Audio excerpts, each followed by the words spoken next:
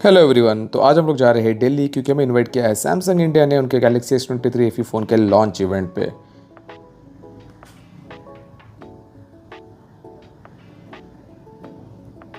अभी बज रहे सुबह के 6, तो मैंने फटाफट जो अपनी बैग को पैक कर लिया है। जो भी इंपॉर्टेंट चीज़ें हैं वो मैंने सारी बैग में डाल दी है, जैसे कि हमारे सैमसंग के ईयरबड्स 2, हमारे ग्लेस और हमारे आधार कार्ड और बाकी चीज़ें लेके हम लोग जो है रेडी हो गए।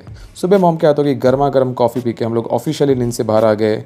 उसके बाद लास्ट इवेंट पे मैंने जो स्नीकर्स बाई किए थे, उन्हीं स्नीकर्स को पहन के हाथ में बैग लेके हम नीचे चल पड़े, क्योंकि वहाँ पे हमारे उबर वाले भैया जो है पूरी तैयारी के साथ हमारा वेट कर रहे हैं। पुणे की ट्रैफिक को अवॉइड करने के लिए हम 3 घंटे पहले एयरपोर्ट के लिए निकल पड़े। बिफोर टाइम आने की वजह से गेट पे ही सिक्योरिटी ने पूछा कि भाई क्या कर रहे हो, इतने जल्दी क्यों आ रहे हो, तो उसको भी हमने ट्रैफिक का रीज़न दिया और हम लोग एयरपोर्ट के अंदर आ गए। अंदर आके देखा तो सच में एयरपोर्ट पूरा खाली पड़ा था। एयरपोर्ट का स्टाफ और क्लीनिंग स्टाफ छोड़ के कोई भी नहीं था। मैं अकेला पैसेंजर जो है पूरे पुणे एयरपोर्ट पे था। आगे बढ़ने के बाद जो है हमारा सिक्योरिटी चेक आया। वहाँ पे ट्रे पे हमने बदन पे पहने हुए कपड़ों को छोड़ के सारी चीज़ें रख दी और हमने हमारा सिक्योरिटी चेक जो है पूरा कर दिया। अंदर आ गए तो देखते तो सामने से मसाला जेट का डैश शीट हमारा बाहें फैलाते हुए स्वागत कर रहा था। उसके 1-2 फोटो खींचे, इंस्टाग्राम पे स्टोरी अपलोड कर दी और फिर हम लोग आगे बढ़े हमारे प्रायोरिटी लाउंज की तरफ। एयरपोर्ट प्रायोरिटी लाउंज एक ऐसा रीज़न है जिसकी वजह से इंडिया में 90% लोग जो है क्रेडिट कार्ड बाय करते हैं। अंदर आके देखा तो भाई क्लीनिंग चल रही थी।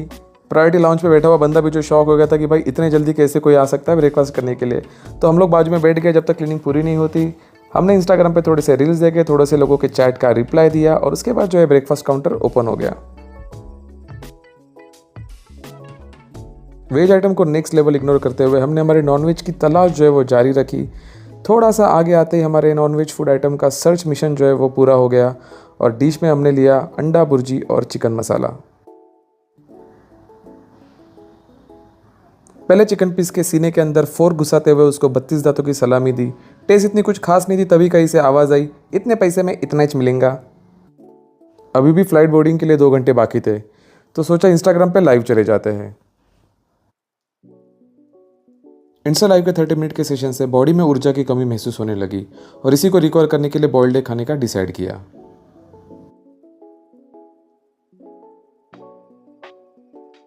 ये चिथड़े उड़े हुए बॉइल्ड एग पे ब्लैक पेपर की सीजनिंग करके उसे भी मुंह के अंदर ढकेल दिया।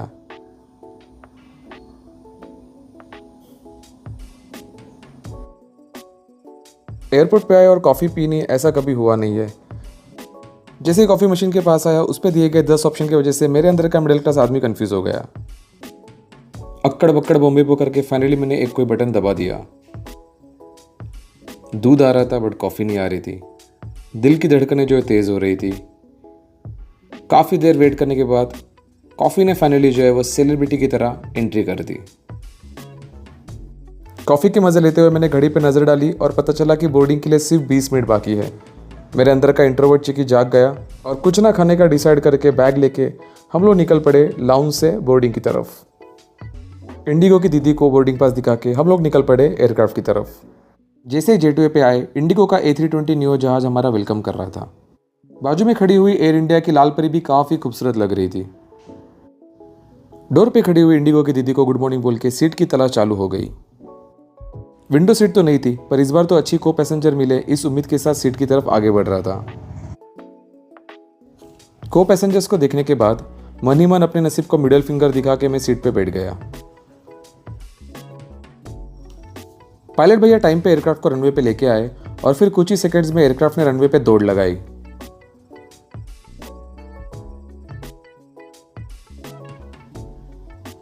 और फिर V1 रोटेट बोल के हम लोग आसमान की ऊंचाइयों में गुम हो गए।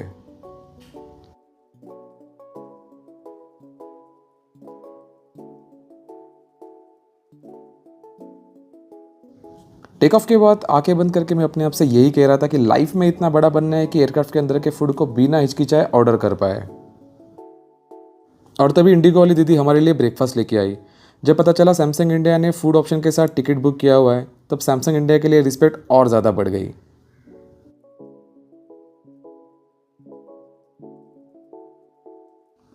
सच कहो तो इतना ठूसने के बाद वेज सैंडविच की अनबॉक्सिंग करते हुए शर्म आ रही थी।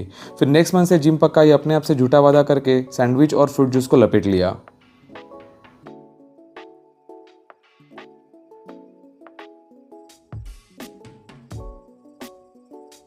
Seventeen years of connecting the nation #India by Indigo, इस लाइन को 878 बार पढ़ ही रहा था कि पायलट ने जो लैंडिंग की अनाउंसमेंट कर दी।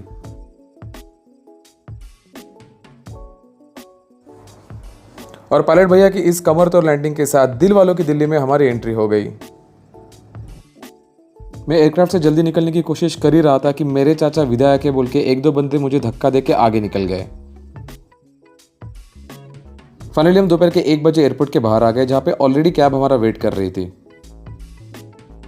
कैब में बैठ के हम लोग निकल पड़े हयात होटल की तरफ, जो कि एयरपोर्ट से काफ़ी नज़दीक था। होटल काफ़ी बढ़िया था। एंटर करते रिसेप्शन पे सैमसंग इंडिया का स्टाफ हमारे स्मूथ चेक इन के लिए हमारी हेल्प कर रहा था।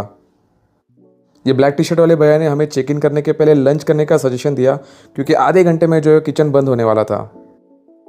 फिर क्या, अपने अंदर के फूड प्रेमी को फिर से एक बार जिंदा करके हमने नॉनवेज सेक्शन पे आक्रमण कर दिया। हयात के स्वादिष्ट व्यंजनों का आस्वाद लेके हम फिर निकल पड़े हमारे रूम की तरफ। 2 किलोमीटर हयात की लॉबीज में चलने के बाद फाइनली हम लोग रूम पे पहुंच गए। रूम में एंट्री करते दिल जो है वो खुश हो गया, क्योंकि रूम काफ़ी बढ़िया थी, काफ़ी स्पेशियस थी। बाथरूम बड़े बड़े थे, ट्विन बेड थे। ट्विन बेड इसलिए क्योंकि हम लोग इस रूम को शेयर कर रहे थे जयेश भाई के साथ, जिनका यूट्यूब चैनल है इंजीनियर द गेमर नाम का। वो भी जो है वो गेमर है, कंटेंट क्रिएटर है। तो 2 दिनों के लिए हम दोनों जो है वो इस रूम को यूज़ करने वाले थे। तभी सैमसंग से कॉल आया और उन्होंने कहा कि अभी इवेंट शुरू होने में थोड़ा सा टाइम है, तो आप जो है वो रेस्ट कर लो। तो मैंने कहा कि चलो चेंज करके जो है थोड़ी सी रेस्ट की जाए। आग लगने ही वाली थी कि सैमसंग की तरफ से फिर से एक बार फ़ोन आया कि जल्दी नीचे आ जाओ, इवेंट अभी शुरू हो रहा है। तो फटाक से उठ के फ्रेश होके कपड़े चेंज करके हम लोग निकल पड़े नीचे इवेंट के लिए। जैसे वेन्यू पहुँचे, वहाँ का माहौल देख के आंखें फटी की फटी रह गई, क्योंकि वहाँ पे सैमसंग इंडिया की तरफ से गेमर्स को तो इनवाइट किया ही था, बट साथ ही साथ फैशन इन्फ्लुएंसर्स को भी जो है वो इनवाइट किया था। थोड़ी देर में लॉन्च इवेंट स्टार्ट हुआ, जहाँ पे सैमसंग के ऑफिशियल्स ने सैमसंग गैलेक्सी S23 FE को लॉन्च किया। ग्लोबल लीडर्स ने भी सैमसंग गैलेक्सी S23 FE के की फीचर्स के बारे में इंफॉर्मेशन शेयर की।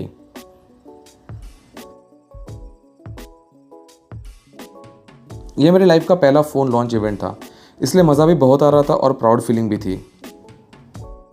As a gamer Galaxy S23 FE के फीचर्स मुझे काफ़ी इंप्रेसिव लगे। Vapour chamber for heat control, ray tracing, dynamic AMOLED screen, bigger battery, 120 hertz का रिफ्रेश रेट। मुझे लगा कि इसकी प्राइस जो है काफ़ी हायर साइड पे हो सकती है, बट जब उन्होंने अनाउंस किया कि 49,999 जो है इसकी लॉन्च प्राइस होगी, मैंने भी तालियां बजा के जो है इस चीज़ को अप्रिशिएट किया।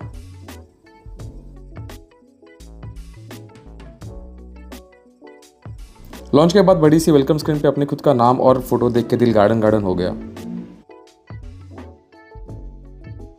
पूरे वेन्यू पे काफ़ी साईफाई, कलरफुल और नियॉन स्टाइल के बूथ ओपन किए थे, जहाँ पे इन्फ्लुएंसर्स जो है वो नए फ़ोन के साथ फोटोशूट कर पाए, उसको एक्सपीरियंस कर पाए। बड़े फैशन इन्फ्लुएंसर्स ने उन सारे बूथ पे जो है कब्जा कर लिया था, तो हम सब उनको ही देख के खुश हो रहे थे।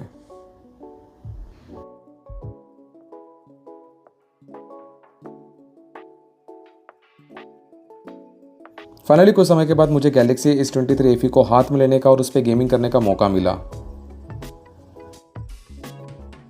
मैंने एसफॉल्ट रेसिंग के साथ फ़ोन के परफॉर्मेंस को चेक किया, और सच कहूँ तो मेरा एक्सपीरियंस काफ़ी बढ़िया था।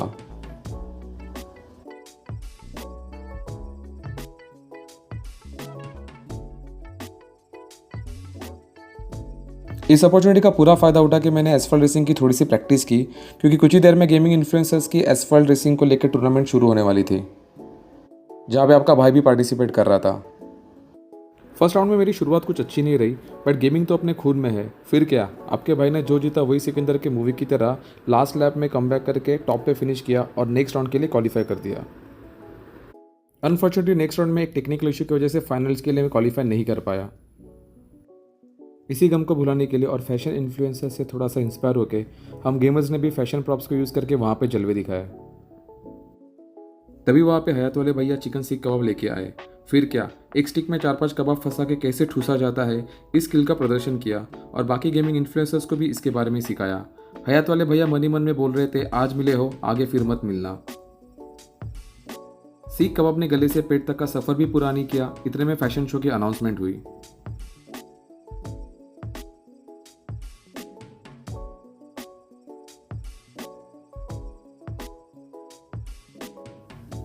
फैशन शो से पूरे वेन्यू का टेम्परेचर बढ़ ही रहा था कि मैंने कहीं से सुना कि डिनर लग चुका है। मेरी भूखी आत्मा ने फैशन शो और डिनर के बीच में डिनर को चुना और हम लोग डिनर के लिए निकल पड़े।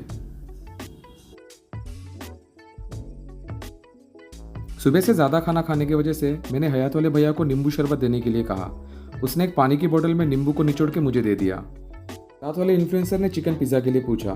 काफ़ी ट्राई करने के बावजूद मैं मना नहीं कर पाया और पिज़्ज़ा के साथ डे को एंड कर दिया। अगली सुबह ब्रेकफास्ट भी सोने के डरावने सपने से मेरी नींद खुल गई। घड़ी में देखा तो सिर्फ 7:30 ही बज रहे थे। बेड से उठ के विंडो के बाहर के खूबसूरत व्यू के मजे लिए।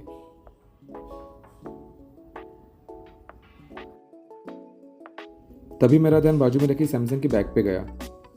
बैग खुला तो सबसे पहले एक वुडन फिनिश की डायरी बाहर निकली और उसके पीछे सैमसंग की ब्रांडिंग का एक coffee mug.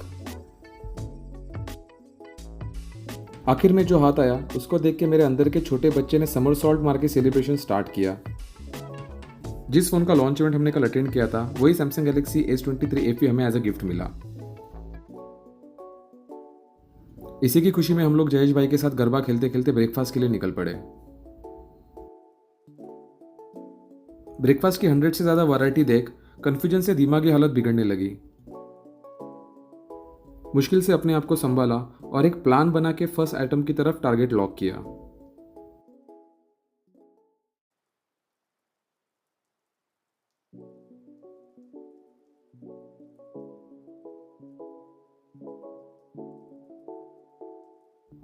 Chicken salami, chicken sausage, roasted baby potato के साथ पहले राउंड की शुरुआत की।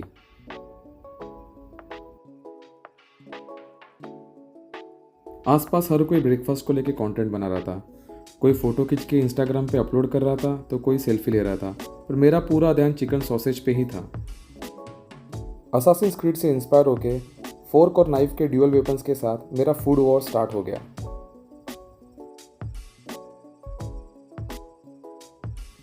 फर्स्ट राउंड के एंड होने के पहले मैंने सेकेंड राउंड की प्लानिंग स्टार्ट कर दी। देसी बहुत हो गया, कुछ चाइनीज हो जाए ये सोच के वेज नूडल्स और फिश ग्रेवी के साथ डिश को सजा दिया। हाफ फ्राई ऑमलेट के बगैर ब्रेकफास्ट में इमेजिन नहीं कर सकता। नाइफ की हेल्प से ऑमलेट के पेट को चीर दिया और पीले खून की नदियां प्लेट में बहने लगी। ऑमलेट खत्म ही हो रहा था, उतने में हयात वाले भैया आके प्यार से पूछने लगे कि गर्मा गर्म मटन कीमा और रोटी ट्राई करोगे। किसी को ना बोलना हमने कभी सीखा नहीं, सो ना चाहते हुए भी मटन कीमा और रोटी को ख़त्म करके हमने आज के ब्रेकफास्ट पे फुल स्टॉप लगाया। रिटर्न फ्लाइट का टाइम हो रहा था। दिल पे पत्थर रख के और गिफ्ट में मिले गैलेक्सी S23 FE को बैग में रख के हम होटल से निकल पड़े। रिटर्न जर्नी के लिए मेरी एक्साइटमेंट लेवल थोड़ी हाई थी क्योंकि दिल्ली से पुणे की जर्नी हम लोग एयर इंडिया में करने वाले थे। एयर इंडिया वाले भैया को बोर्डिंग पास दिखाया और एयरक्राफ्ट की तरफ हम लोग चल पड़े। फिर से अच्छे पैसेंजर मिलने का सपना सपना ही रह गया। इस दुख को भुला के हमने विंडो सीट से टेक ऑफ को एंजॉय किया।